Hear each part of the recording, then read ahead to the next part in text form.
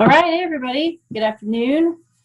Thanks for being here. Thanks for joining me even after the mishap last week when we had amazing snowstorm, and so blew out all my electricity just as I was starting the webinar. So we're going to try it again this week, and hopefully things go as well as planned.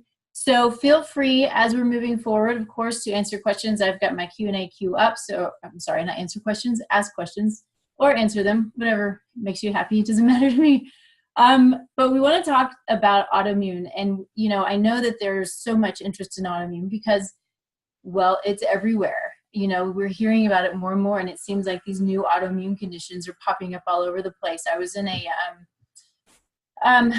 conference back a couple of weeks ago, and one of the things they were talking about was an autoimmune condition against your parietal cells. So your parietal cells are what make your hydrochloric acid in your belly for you to digest your food.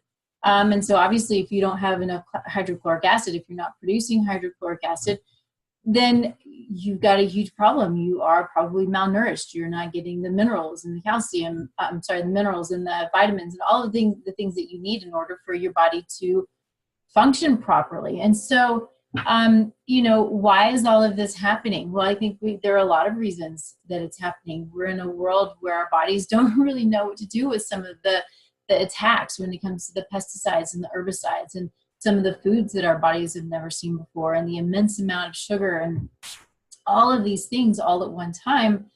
I think the body just becomes really confused. And that's what's happening with the immune system with autoimmune conditions is it's upregulated and it's confused basically. And so what we want to do is we want to try to, you know, bring it to a place of balance. That's what we want to do with the body anyway, right? Is we have a good place of balance with it. So let's move on and start talking about autoimmune disease. If I can get everything to work for me. Okay. So I'm going to talk a little bit about what functional nutrition is. And, you know, there are a lot of people, this is kind of the new, maybe a new tag word, functional medicine, functional nutrition. But, you know, the great thing about it is the phrase itself really describes what it is that we do as functional practitioners. And so functional nutrition is based in the science of functional medicine. What we want to do is we want to look at the entire body. We want to understand labs. We want to understand functional lab works, how the body is functioning, why it's functioning the way that it is, whether it's optimal or suboptimal. And we want to understand the stress factors in a person's life, all of the lifestyle factors, you know, trauma from day one of birth. Was there trauma then throughout the time of life? We want to understand you know, exercise, if you're getting too much or too little. Living here in Denver, well, I think anywhere in Colorado, the amount of over exercise that people get is kind of insane, and it's tough on the body. So it creates a lot of inflammation when we over exercise. So we want to be really aware of that. And so the biggest differences, besides, you know, I don't have a doctorate degree and not a physician. So my education is in functional nutrition.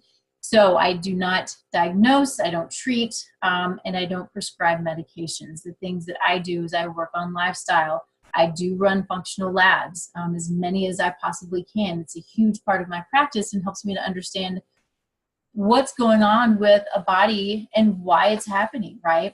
And I do a lot of therapeutic supplementation. And I will say that my goal is never to have someone on a lifetime of, you know, $1,000 worth of supplementation. My goal is to supplement up front, bring your body to balance, and have you on the minimum that your body needs moving forward. So important to understand that the goal is for balance and your body to be balanced on its own and to learn to balance on its own, right? So some of the differentiating principles between functional medicine / nutrition and allopathic medicine would be a model of personalized care. You know, again, it goes back to understanding who the person is as a whole. You know, my sessions with clients are, you know, anywhere from 30 minutes to 3 hours. It really depends on what they need. Our first session is always at least 2 hours. And so understanding fully who a person is and what's going on. The focus and cause of what's going on as opposed to just trying to mask symptoms. You know, even supplements, we can mask symptoms, and that's not what we want to do. We want to bring a balance to the body. And then a true deep-seated trust in the body's wisdom to learn to self-regulate with the proper nutrients and the proper guidance. And so we're looking at whether it's supplementation, changing foods, stress, working on stress, bringing down the exercise if it's too much, and vice versa. Again, so many things. Toxins. There are toxins in our environment. There are toxins in our home.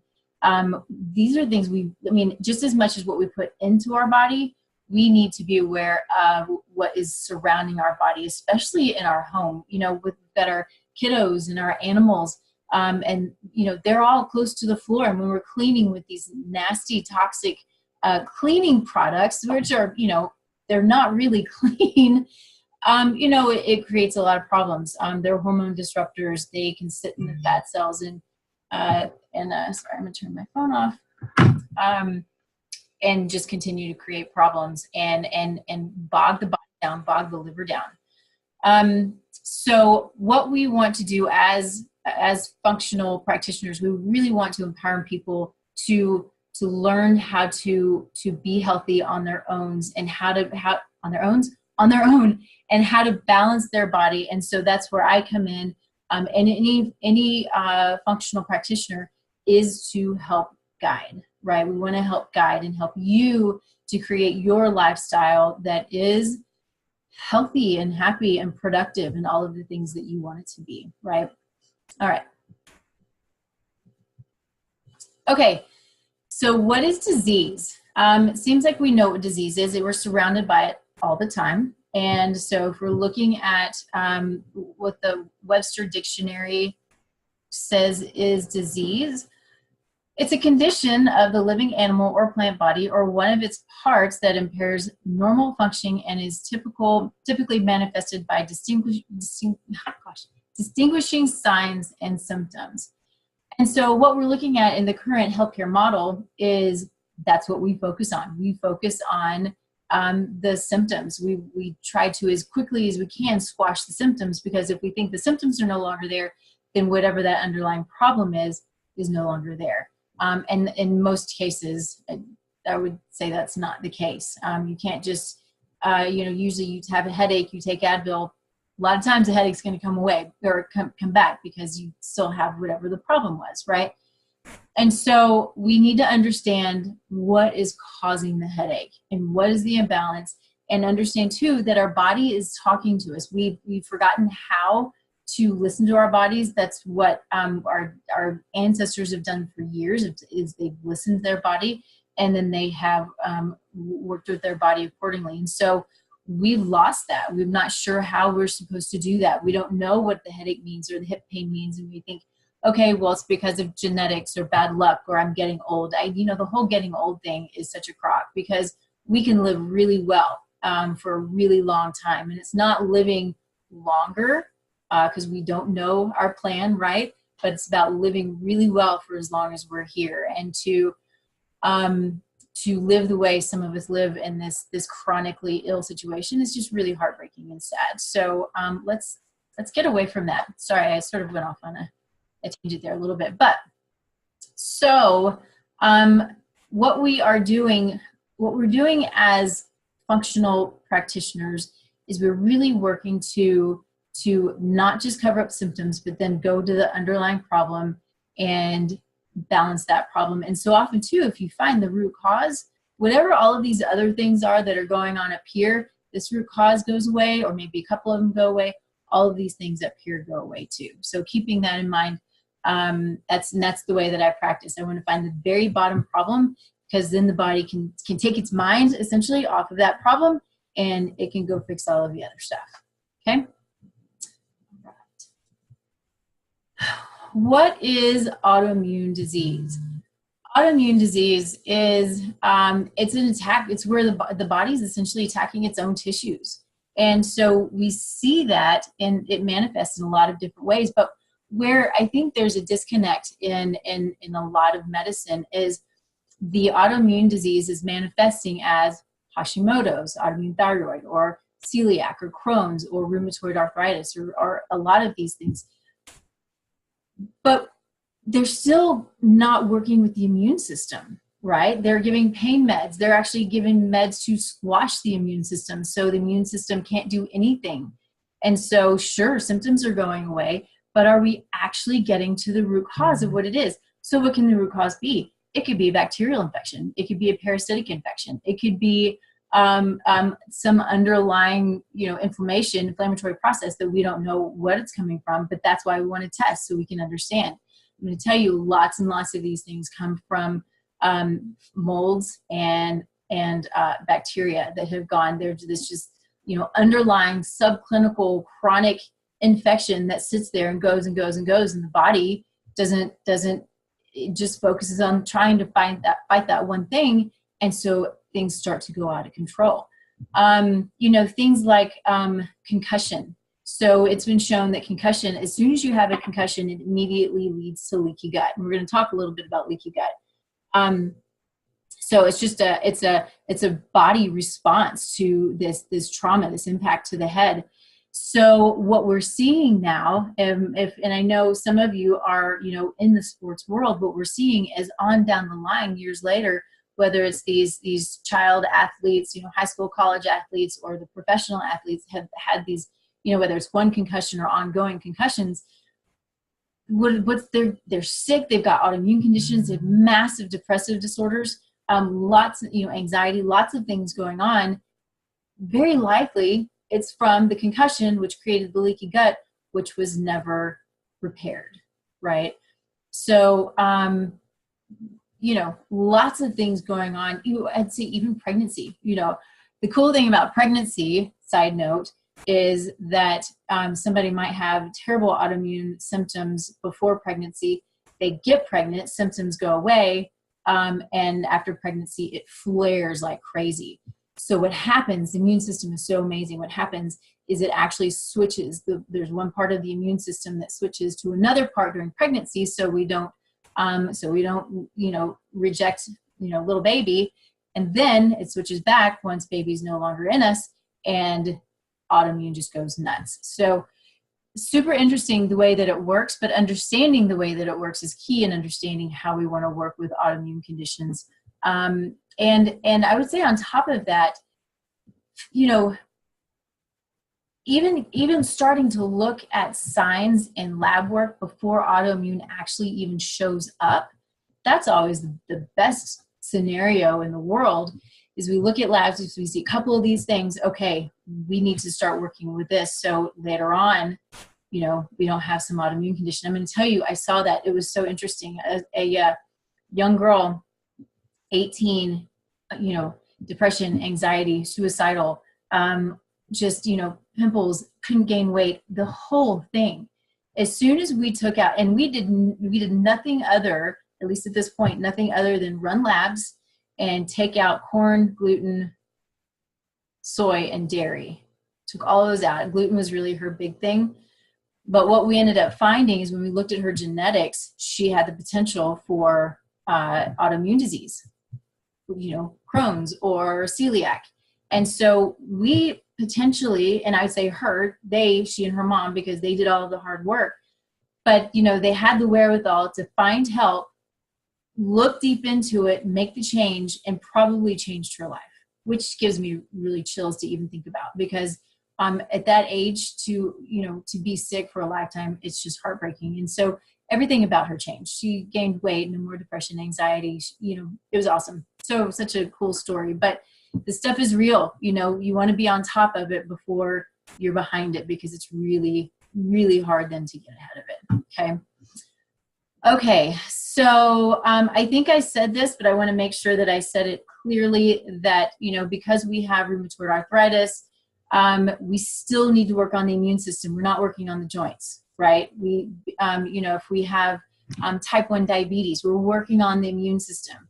Any kind of Crohn's, colitis, celiac condition, you know, we're not working on the gut, we're working on the immune system. Now there's some things that we want to do because the gut may be so damaged, right? So we want to modify, but we have to find balance in that immune system and bring it to a normal place.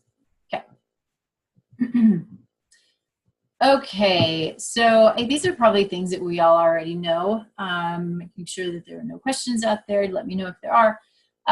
So type 1, a lot of people don't realize that type 1 is an autoimmune condition. So that's an important one. It starts early. Rheumatoid arthritis, lupus, MS. I have seen many people work on their immune system and work on themselves and have reversed their MS. Amazing, because MS is a really scary one, right? Any kind of inflammatory bowel disease, Crohn's, colitis, psoriasis, and eczema. Those are both autoimmune conditions. There's also one, vitiligo. Vitiligo is where you see the different patchy colored skin. Some people it's worse than others, but it's an autoimmune condition, right? Graves' disease, Hashimoto's thyroiditis, all of those things are autoimmune conditions, and we want to go after the immune system, okay? All right, so the functional model, what does that look like? So when I talk about how my first meeting with a client of mine, I'll see them for at least 2 hours. And in that 2 hours, what am I doing? Well, I have already sent them a whole slew of information to fill out. And so the way that I do it, it's through a program that was developed through the Institute for Functional Medicine, and it is their health history. It's a full analysis, and it really sends out this really pretty breakdown of, you know, where dysfunction is due to what they've had, what they've put into the analysis. Then there's also a timeline. And so when I talk about trauma and how trauma can be so impactful on a body and change us, it's so true, because we can look at these timelines. It's amazing. We can look at these timelines and you can see somebody had a trauma of whatever kind, mental, emotional, physical, and then 2 months, 6 months, a year, 5 years later, symptoms just start to go nuts, right? They just start to go through the roof. And, you know, it changes us epigenetically in many, many cases. And so epigenetics is all controlled through diet, lifestyle modification, stress modification, exercise, all of these things that we talk about. And so our genetics, if you have seen anything about me, our genetics, we do have control over our genetics. And that's what I say a lot, because it's the truth. So we can't fall prey to the, well, my family has cardiovascular disease, that's my way of going too. It's not the case, because we have control over so much of our destiny, right? It's up to us. It's not up to anybody else. Okay. So other things that I look at genetics. I run lots of labs. So labs could be urine testing, saliva, blood, stool, nutrient profiles. I do lots and lots of sensitivity testing, but I don't do it on everyone. Not everybody needs it. We might look at your stress hormones, your sex hormones. That's a really important one, especially for, you know, lots of women with PMS, PMDD, trying to get pregnant. We want to look at environmental factors, toxic load, and then of course mind, body, and so many more things that tend to come up with each client, which is why it's so important to work with people as individuals, because we are individual in everything that we are, biochemically, mentally, emotionally, in our, you know, immediate surroundings. We are very different, even if we have a twin living with us in the same house. Totally different situations. Okay, so it's important to, in my mind, work with people as such. So common causes of autoimmune conditions. This is where we want to look at the root cause and try to work with the root cause and not with just the symptoms, because in time may take a little time, but the symptoms hopefully will go away or at least ease. So excess inflammation. What causes excess inflammation? So many things. So leaky gut can cause inflammation. Inflammation can cause leaky gut. Infection can cause inflammation, which can cause leaky gut. And then it's this vicious cycle that really goes around and around and around. It's, you know, a little bit of the chicken or the egg scenario, what started first. And so sometimes We don't know, but that's why we want to look at that deepest, you know, common denominator that is creating most of the problem. And really, very often, it's, you know, some kind of chronic infection. We also have oxidative stress, you know, well, and I should say that too, that, you know, the food that we eat, you know, the food that we eat is going to, depending on what it is, if it's inflammatory foods, it's going to create inflammation, which is going to create leaky gut, which is going to create autoimmune condition very often, right? Then we have the oxidative stress. Oxidative stress can come from the chemicals outside, from around us, from stress. Again, all of these lifestyle factors can create oxidative stress.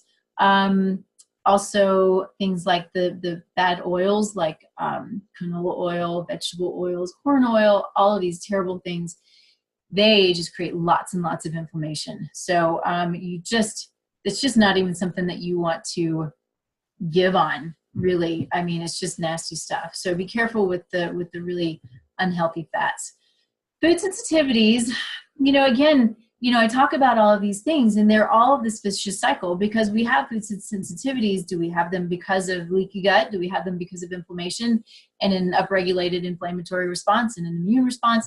You know, it's this cycle, but I do see lots of food sensitivities. But when I see food sensitivities, I think, okay, there are a few sensitivities. We're going to avoid these for a little while as we're trying to repair the gut and go through all of the motions. But what I have seen on multiple occasions is a sensitivity panel light up red. The whole thing is red. So I can't tell somebody, you just can't eat food, right? It just doesn't make any sense. And so what we then want to do, we just really have to work on the immune system. And we want to cut out as much as we can, but nutrition is very important for healing. And so it's an interesting balance when you're working with someone who really just has a lot of stuff going on. You know, so again, because somewhere down the line, one just sort of spiraled out of control and created many, many of the others. And then the exposure to toxins. You know, my sweet brother's a welder, so I am concerned about him all the time because of what he's exposed to. You know, it's as simple as what's outside, and that's in our air, which is heartbreaking. And then in our water is not clean. I'm going to tell you, the water's not clean. It's full of chemicals and bacteria. The chlorine is not healthy. The fluoride is not healthy. I'm going to show you, I'm going to do this just because I think these guys are so great. These, see, can you see it here? Is that a good spot? Yeah. I did that once before, and actually I did it on a Facebook Live, and it froze as I had the card up on the Facebook Live, so it was really funny. That was great for them. But anyway, healthy exposure, they do really great water filtration systems. And so it gets out the fluoride and it gets out the chlorine, and it's really good. And so one day I'm going to have a whole house system, but right now I just have one that's under my counter, and you know, it sits like the little thing on top looks like a soap dispenser. So it's just one of those, but it's great. And I'm comfortable because I feel like I am drinking good water. I'm giving my dogs and my family good water. Now I just need to have it in my showers too, but it's a great company. They're really doing the right thing. I met them at a conference that I was at. So if you have interest in that, of course you can reach out to me if you didn't see it very well, but they're a really great company. Okay, let's see. Anything I want to hit on that? Let's move on. Okay, so this kind of goes along with the last slide, because what do we want to do? Well, we want to get rid of the things that are causing the immune upregulation, which is all of this stuff. Well, you don't see my notes, do you? Anyway, so we want to address all of the dysfunction that we can. So the inflammation, we want to make dietary changes. We want to repair the gut, therapeutic supplementation, detoxification. I see so often in labs where the liver is not functioning properly. It is so gooped up, or there are genetic polymorphisms that are not allowing it to do what it needs to do. And I see estrogen, you know, just so high in men and women. This is not a woman thing, in men and women. And there's a there's a pathway that it can go down that it actually can start to damage DNA. And so we can see this stuff in labs, and it's super interesting. But seeing that means, holy smokes, we got to jump on this right now. And then we have to test again. So, you always want to keep in mind that, if you're working off labs, that you're probably going to have to do more labs to make sure that you're getting the results that you need, because I can't tell, except, somebody may feel better, but I need to make sure that everything is going in the right direction. So just for your information, I don't upcharge for labs. Labs are essentially the cost of what I pay, except for, credit card charges. But labs are that important that I think I just need people to get them done. Super important. And so, okay. Physical activity, we talked about that. Identifying, eliminating infections, stress management, relaxation techniques. So you can kind of hear, I'm saying some of the same things over and over and over again. And, this stuff can be said with really any kind of chronic condition. Is it autoimmune? Is it cardiovascular disease? Is it type 2 diabetes? Is it Alzheimer's? Alzheimer's is being reversed. Is it, and it's through lifestyle changes and understanding your labs and understanding where your nutrient levels are and all of this stuff. So just, again, it goes back, we have the control. It's the coolest thing in the world. We just have to know how to do it. And not everybody, wants to know how, which is why I love what I do. I don't want to do my taxes. No way I want to do my taxes. I'm going to give it away to somebody who knows what they're doing. I hate taxes. But that's why we all have our specialties, and that's why I love this piece of it. I've always just been a little bit of a science geek, I suppose. Okay, so inflammation. Let's talk a little bit about inflammation. And so inflammation is so important because, well, it's partly important. So what I want you to understand about inflammation is there is an anti-inflammatory response in the body, and there's a pro-inflammatory response in the body. And so when we talk about things like omega-3 and omega-6 fatty acids, omega-3, we always hear about, it's the fish oil, the EPA, the DHA. It is an omega-3, and it is the precursor to the anti-inflammatory, they're called eicosanoids, but they're like hormones, sort of, essentially, that keep inflammation down in the body. But then you have the omega-6, also important because we have to have an inflammatory response in the body. These omega-6s are important for they're precursors for the pro-inflammatory eicosanoids in the body. And so when you cut yourself, right? So you cut yourself and you have pain and inflammation and all this stuff. It's a normal natural response because you have to have that inflammatory cascade come in order to heal what's going on. But you can't stay that way. You can't stay painful and red and elevated and bleeding and yucky. It has to go down. So that anti-inflammatory part of the immune system comes in to squash that fire. And that's what it is, right? You think of inflammation, you think of fire. You think of leaky gut, you think of gut on fire, you think of brain on fire. So really, it's just a fire that is not being squashed. And sometimes it's just this low-level little burning fire, but we've seen those, and they're still amazingly damaging, right? So one thing that I want to say on that too, there's a lot of confusion when it comes to omega-3s that are plant-based versus animal-based. And they are very, very different. And let me tell you why. So plant-based omega-3 is not truly omega-3 yet. It is the precursor. So it is alpha-linoleic, I think it's alpha-linolenic acid. I should know that. Anyway, I get the two confused. Point is, ALA, it is the precursor to EPA and DHA. And so if you're taking in flaxseed, which is great, lots of great fiber, lots of good stuff, but flaxseed, your chia seeds and hemp seeds and those things, all great, right? But if you're counting on them to give you your daily allowance of omega-3, It's not going to happen. The conversion is very insufficient. And if you don't have the right genetics, or if you have just the wrong genetics, the conversion may not happen at all. So it has to be converted into the body into DHA and EPA. So in order to truly get good EPA, DHA, it has to come from good, healthy sources of fish oil. Would not go to Costco and get your fish oil. Do not. Don't go to Walmart. Don't go to any of these big box places or the small, nowhere Walgreens drugstores to get your fish oil. Because if the oil, the fat inside the pill is damaged, it's creating more damage. It's bad news, right? It's inflammatory. Again, you're trying to do something that's anti-inflammatory and becomes super inflammatory and potentially carcinogenic. So there are things that you need to pay for. Some things you don't.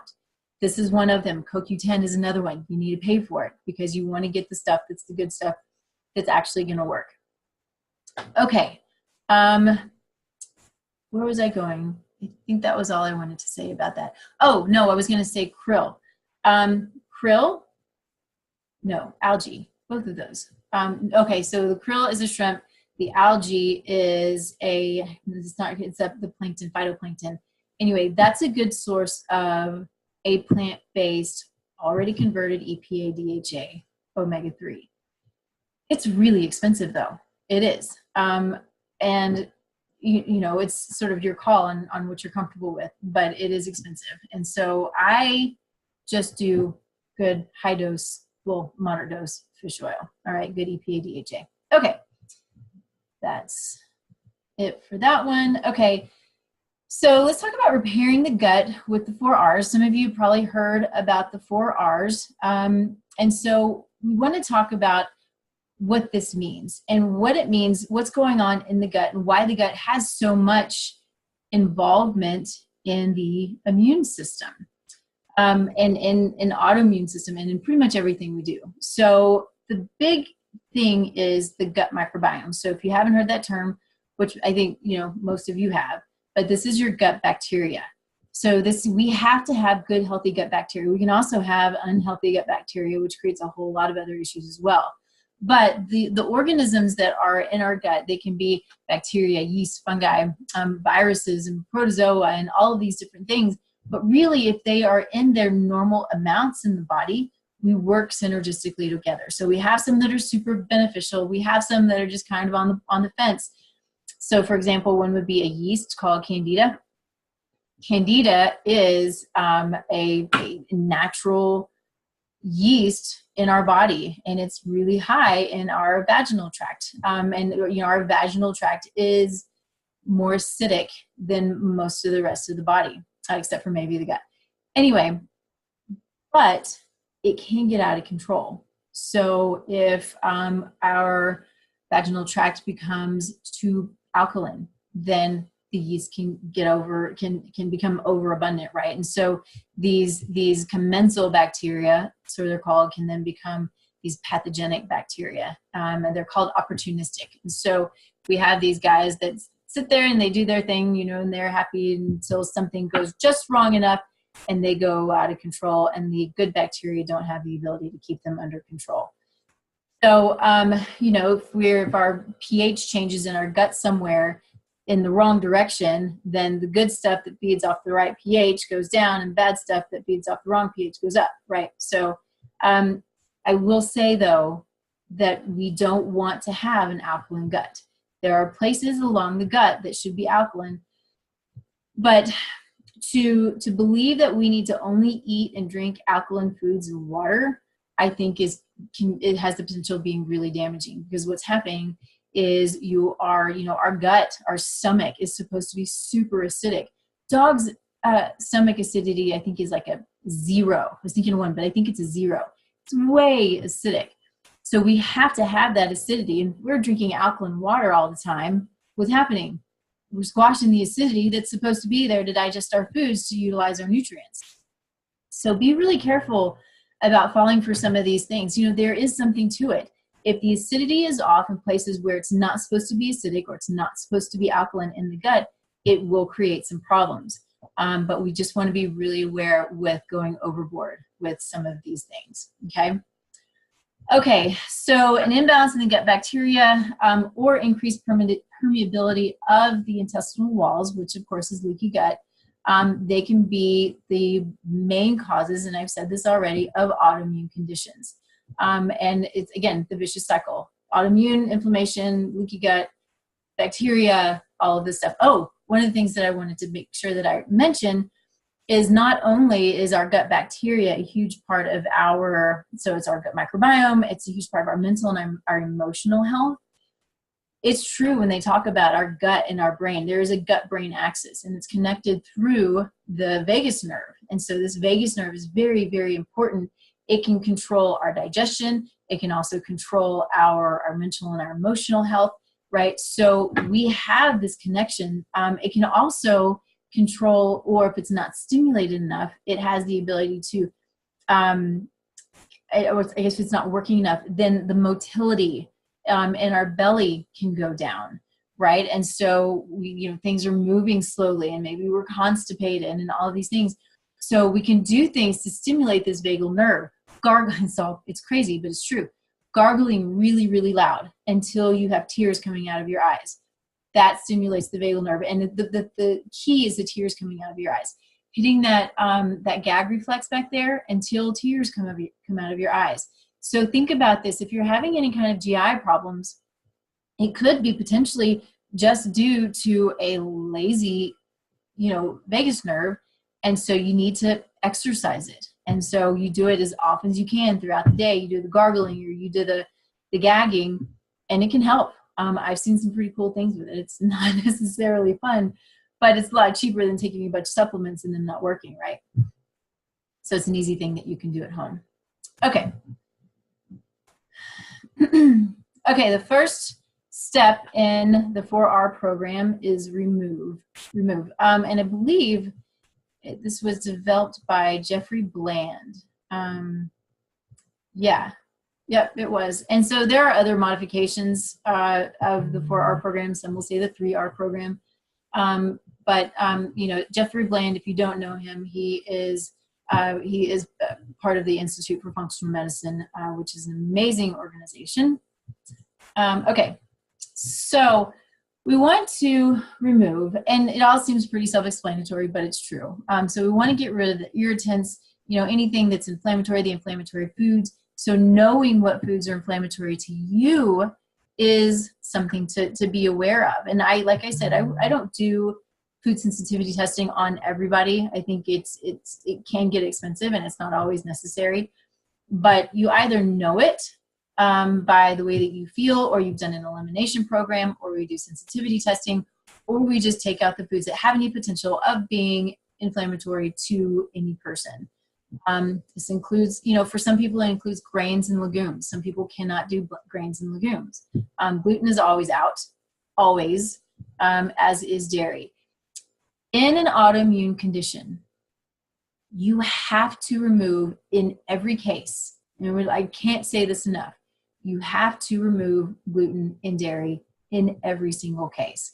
Gluten is just an inflammatory product. It is not healthy for us. I'm not going to take the time to talk about it here, because actually it might be a little bit at the end, but the point is, I get a little talky, and I talk about gluten a lot. So you can find another video where I talk about gluten, but it is a nasty thing that is really inflammatory. Thing with dairy for some people is okay. Dairy has the potential of going down a normal anti-inflammatory pathway, but for some people who are already inflamed, it will go down the inflammatory pathway, okay? So if in any autoimmune condition, you have to remove gluten and dairy, always. People hate it. It's the way that it is. They don't do you any good anyway. They really don't. Okay, so the things that we would do for addressing, getting rid of the toxins and the stuff, well, it's going to be the testing. It's going to be the things we just talked about. Stool analysis. I'm doing stool testing on pretty much everybody that walks through my door. It gives us so much information. And if we miss something through a stool test, then we're not going to be able, that's kind of the bottom of the barrel, right? That's the bottom. We can't fix the stuff up here if we don't address the stuff down here. And so it's a big one for anybody. There are a couple that I do on everybody, and that's one of them.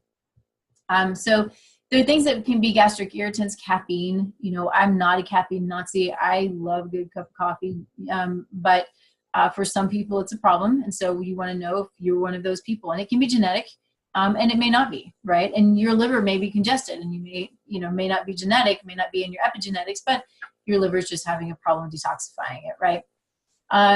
Alcohol, we love our alcohol, but it is, I don't care if people tell you a glass of wine a day is a good thing. It's not. It is not making you healthy. So we can give you some good resveratrol that is from the skins of grapes. You know, that's fine, but alcohol is not a healthy thing. Things like NSAIDs, the non-steroidal anti-inflammatories, you know, if they weren't so damaging to our bodies, they'd be really great because they work so well. But they are hard on the liver, they're hard on the kidneys, and they're hard on the gut. So I think actually it's mostly the kidneys and the gut. But either way, I did hear recently, you probably heard me say this before, actually it was a few years ago, but a doctor was talking and she said, anytime you take ibuprofen, your liver bleeds a tablespoon. And you thought, well, holy smokes, that's kind of nasty. So keep that happy thought in mind. Okay, so what else do we have? Other things that we can do. We can look for heavy metals. And, you know, metals are difficult because metals come out of the body in many different ways. And so it can be through blood, urine, hair, saliva, sweat, stool, all of these different things, and they don't all come out in the same way. So finding out how your heavy metals can be a little bit difficult. There are lots of ways to do it, but finding the most cost prohibitive way is the thing to do. So probably go after the ones that are the bigger ones, you know, mercury and fluoride and things like that, but or lead. But they, you know, it's a tough one. Let's see. What else? What else do we want to remove? That's basically it. Any of the stuff that's creating a problem, we need to get it out. We need to get it out quickly. I also want to say it doesn't mean it's forever. So just because you're sensitive to blueberries for a period of time, I would say, yeah, let's get it out. If we find it in your sensitivity and it's a red, we're gonna take it out. But don't expect it to be that way. A lot of this stuff is just an immune response due to just being out of whack. So don't expect, I will say gluten and dairy, pretty much always out, but probably most other things are okay, or will be okay at some point. No guarantees, but probably. Okay, replace. Okay, so what we want to do is replace bad things with the good things. So this is a great visual here, you know, the burgers and fries, and I'm not saying that, you know, burgers are bad. Good healthy meat is good. A gluten-free bun sometimes, a you know, lettuce bun even better. It's kind of the best. But we need meat, we need vegetables. But obviously you can tell there's a big difference in what you're putting in your body and how your body's going to respond to both of those. Big, huge difference in how it's going to respond. And so replacing the bad foods with the good foods, optimizing your digestion, you know, let's bring in some good enzymes, digestive enzymes. If we don't have proper amount of digestive enzymes in our body, then we don't break down food properly. This happens all the time. Lots of things that are happening with people, it's because their bodies are reacting to these foods that haven't been broken down properly. So it can see some of these foods as different foods, which is crazy. It's called molecular mimicry. But if you break it down to its smallest little piece, which is going to be, you know, in protein, it'll be your amino acids, right? Then, you know, they're being broken down and moved on and, you know, turned into neurotransmitters or whatever it is they need to be turned into. But if they're still in long chains, they can be mistaken for something else. Or the body's just like, if you're too big, I'm just going to get rid of you, right? So enzymes are really, really important. Fiber, super important. Good vitamins, minerals, and essential fatty acids. All of these are super important. There's some essential fatty acids called, well, they're not essential, but they're fatty acids called short chain fatty acids. super important to the gut. And so many of us are dealing with leaky gut, and we're not producing our own short chain fatty acids. We're also, the short chain fatty acids support the gut wall. And so we have to have a good, healthy short chain fatty acids. But the hard part about supplementing, we want to try to get all this stuff in our food, but the hard part about supplementing is the fact that we don't really know what to take, right? I can tell you a few, things you should take. You should take probiotics and enzymes and short chain fatty acids and, fish oil, right? But how much do you need? Which are the right ones to take? Because there are a lot of really nasty supplements out there, and supplements have the ability to cause a lot of damage. Even if it's an herb-based, herbs are super potent, or they're full of heavy metals, right? So being really aware of what you're taking, how much you're taking, excuse me, my neck is stiff, what your body needs is really important, because for one, we don't want to waste money. I hate wasting money. It makes me crazy. And so I want to know as much as I can know before I'm going to go and purchase something. And so that's how I feel about supplements. And when I'm giving supplements to my clients, I want to know as best as I can that that's what they need, and we're not going to waste them. I just hate wasting supplements. All right. What else? All right, we'll move on from there. So, and then reinoculate. Step 3 is restoring balance. So it's restoring balance of your gut bacteria. And what does that look like? There's so many different strains of gut bacteria. What kind do we need? Some of us don't know the answer to that. It's a big question. There are a lot of strains out there, and there's a lot of stuff that we don't know. But the things that I think are good, and there are some people that don't agree with this, and that's okay, because I do. But drinking things like kombucha, if you can handle it, is a good thing. Things like sauerkraut, fermented foods. We've been doing these things for thousands of years. I heard recently somebody said they were told by, I don't know if she was a nutritionist, I don't know what she was, but that kombucha and these fermented foods are the worst things in the world because we don't know what's in them. So, I mean, we've been doing this for a long time, and these are good bacteria for the most part. Now, they can be contaminated, but when they are contaminated, you see them. They change of color. They don't look the way that they should look. So, but it doesn't really happen that often. So, your gut bacteria, there are some bacteria. I have a great client who sent me this list. I love it when I can learn from my clients. But she sent me a list of bacteria that help with mental and emotional health. Super cool. You can also, I can't remember, there's a Facebook page, The Truth About Pet Cancer. I'm not going to remember it, but these guys do they're doing amazing work when it comes to how we feed our animals and what we feed our animals. If you know me, I'm a massive dog advocate or animal advocate for feeding real food. And so that's what they promote, is feeding real food. But they also talk about certain bacteria that have the ability to take stress levels down, aggressiveness down, just the coolest things to understand or to know about ourselves and about our animals and our family members, that due to gut bacteria, there are a lot of things that we can change, good or bad. So keep that in mind. And I wish I would totally promote these guys if I could. And so the vet, her name is Karen Becker. She's awesome. I can't remember his name. I didn't even think that I would talk about this, but I think it's important. But you can go to Facebook, you can find Karen Becker, and I'm sure you'll be able to find somewhere in their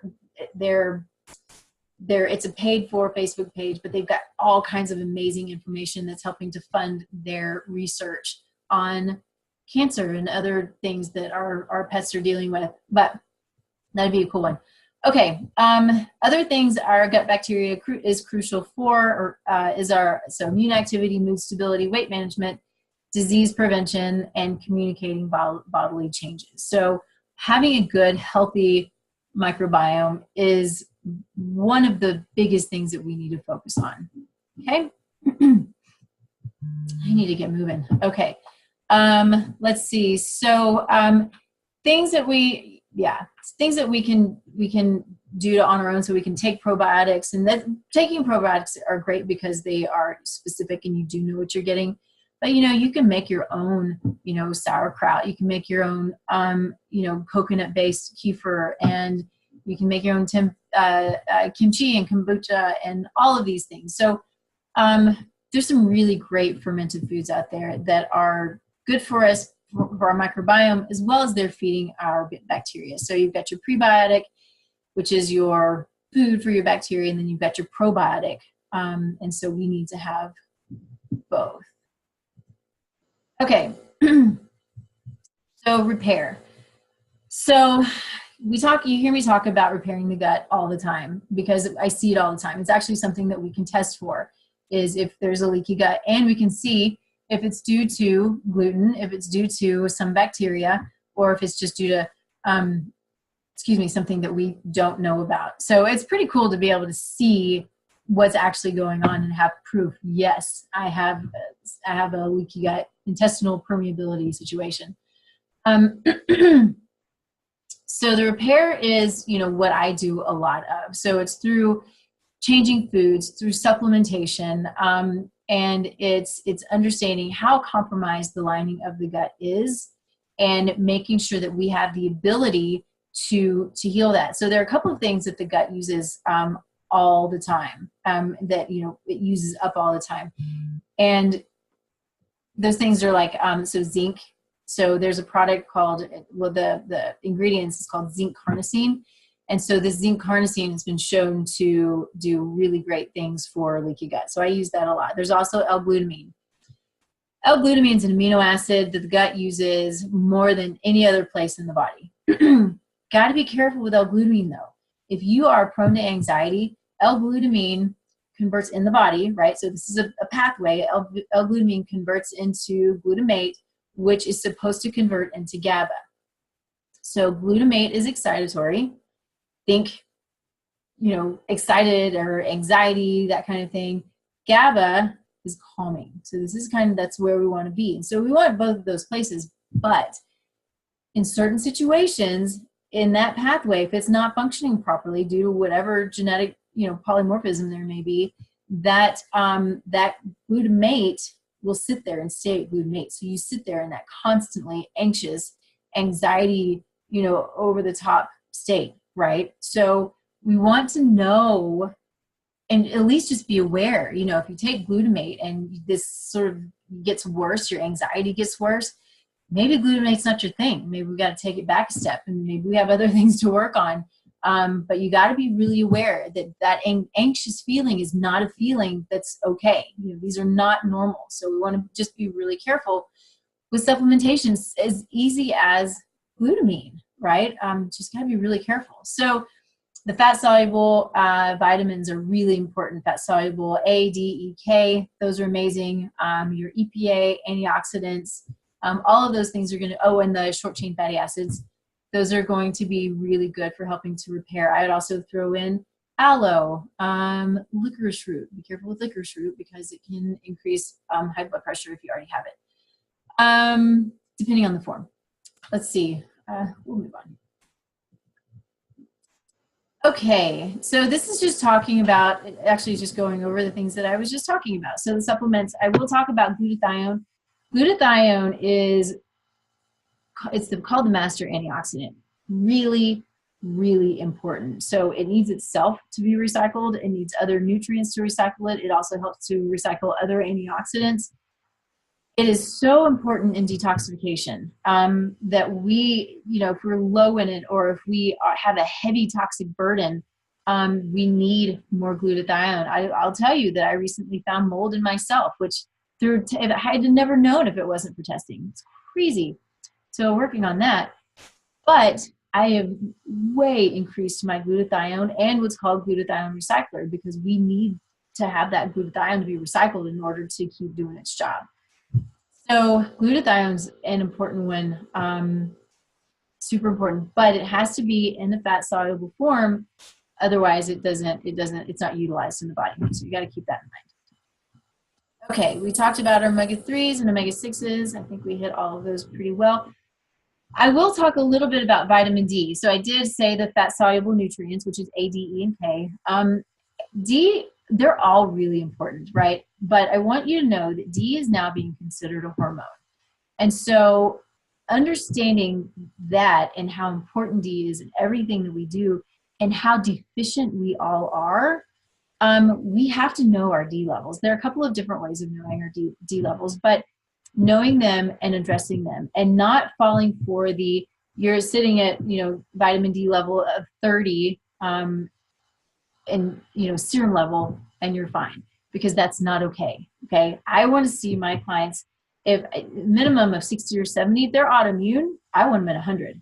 So I don't want to see your levels low. There are a lot of people who are afraid of D. Don't be afraid of D. Don't overdo D. But we have to know levels in order to know how to supplement. Never supplement without knowing levels. But they're low in everybody. You can pretty much assume that you're low. It's due to where we sit as a nation. We don't get the rays like a lot of people do, closer to the equator. There are also genetic polymorphisms that don't allow us to utilize or to convert vitamin D in the skin. I'm one of those. I'm kind of in between. I've got some that are pro and some that don't. And so I take vitamin D periodically.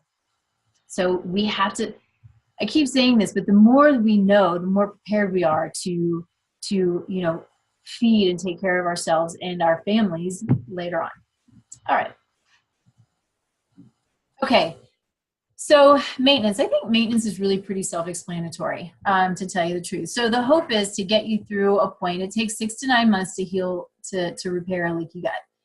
I think it depends on the person. And so when I do a gut repair protocol, I'm doing a couple of supplements and watching foods for a full 6, maybe 9 months, depending on the person and where we are. Again, gluten and dairy are always going to be out of the question, but hopefully, we start incrementally adding in other foods. So, at 3 months, we start to, no, I would say more like 6 weeks, we start to add in some foods. And at 3 months, we maybe can add in some foods. And then at 6 months, we can add in some foods. And, we want to add them in slowly, but we want to, understand what's truly feeding us and, why we're eating. We're not eating just to be full and happy. I mean, it's a great thing, but we're eating to feed our bodies so our bodies know what to do. And so we can decrease supplementation because of our refining balance. We can decrease supplementation. We can get a lot of the stuff that we need from our food. Now, if we are in a chronic state, if we have an autoimmune condition, there are going to be some things that we're going to want to stay on top of. So probably more supplementation is going to be necessary, but not always. Everything's dependent upon the person. Okay. Okay. So this is another one we did talk about a little bit already. So detoxifying your toxins, we're so exposed to the toxins in our world, including molds and fungus and then, the chemicals. And so, watching what you're eating organic foods. I know organic is not perfect, but it's better than the other trash that's out there, right? Watching what you put in your yards, what you're cleaning with, what you're putting on your body and in your body. There's so much toxic mess in, a lot of the, mainstream makeup that we use.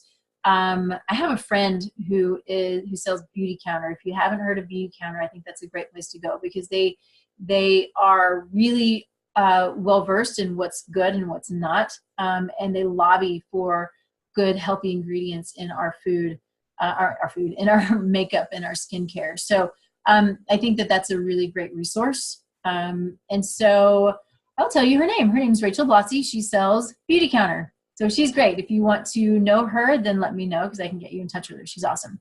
But, Beauty Counter is kind of everywhere. So let's see. What else? We talked about water filtration, air purification, do that as much as you can. Let's see. Yeah. Oh, so really great ways of detoxifying besides supplementing, like with glutathione, going to be good nutrition, water, drink more water, not only just filter your water, but drink more water. We don't get enough and we have to have water. Fasting is a great thing to do. I will do either a 14 or a 16-hour fast. Some of us only need to do a 12-hour fast. We want to listen to our bodies, and that's a whole other topic. But fasting is a good thing. Okay. when you can do it. Not everybody should do it immediately. Then, of course, exercising, a moderate amount of exercising, not too much, not too little. All right. Okay, stress management. The one big thing that I want to say about stress is stress shrinks the brain, okay? I can't say that enough. It is true, and it's sad, and it's scary, but it is so impactful on our bodies, on our gut, on everything about us. And so we have to moderate our stress. Personally, I've gotten much better about journaling and meditating. I've not been very good about that. It's hard. But once you start, once you get into the rhythm, it's an amazing thing. So find your place where you are able to meditate best. I find if I'm in the sun and if I'm laying down, I meditate really well. And so things that we can do to help reduce stress, and it's typical stuff, right? Deep breathing, exercise, yoga, massage, need one of those. Meditation, you know, being creative, art, cooking. That's my art because I'm not very creative. You know, hanging out with friends and family. You know, that's an amazing thing, but not working, right? Enjoying each other, going outside, going for hikes. And for me, dogs and horses. It's the best things in the world. Okay. All right. So I believe we are pretty much at the end. Thank you for coming. I can't believe as much as I talked, we are right in an hour. But if you have questions, feel free to post them. I'm still looking. I'm here. Thanks, ladies and gentlemen, for joining me. I am grateful to you. I will send this out to you as soon as I can get it uploaded. Let me know. Again, feel free to reach out if you have questions. If there's anything that I didn't answer, whatever it is, just let me know. I will also tell you, so these are a lot of the resources that were used in putting this together. So if you ever want to dig in, do a little bit of reading, then feel free to, these are great places to go for doing some good, you know, brain reading, right? Learning some new stuff. Oh, I'm sorry, I had the wrong slide up. So this is actually, these are the resources. So you'll be able to see these when I post them. And then of course, this is where you can go to my website. Feel free to jump on my website. You can go to tastelifenutrition.com, or you can hit that bit.ly link. Either one is fine. But fill out an assessment. So it's a free assessment. You can fill that out, and that'll give you some good feedback. And then, but when it comes to me, then I reach out to you, and we can talk about it. And we can see if there are some things that we might be able to do to help you, or if it's worth coming to see me and setting up some time with me. So it's a great thing. I love it. Lots and lots of people do it and get a lot of good stuff out of it. So let me know again if you have questions. Thank you so much, and we will see you in a month. Bye, guys.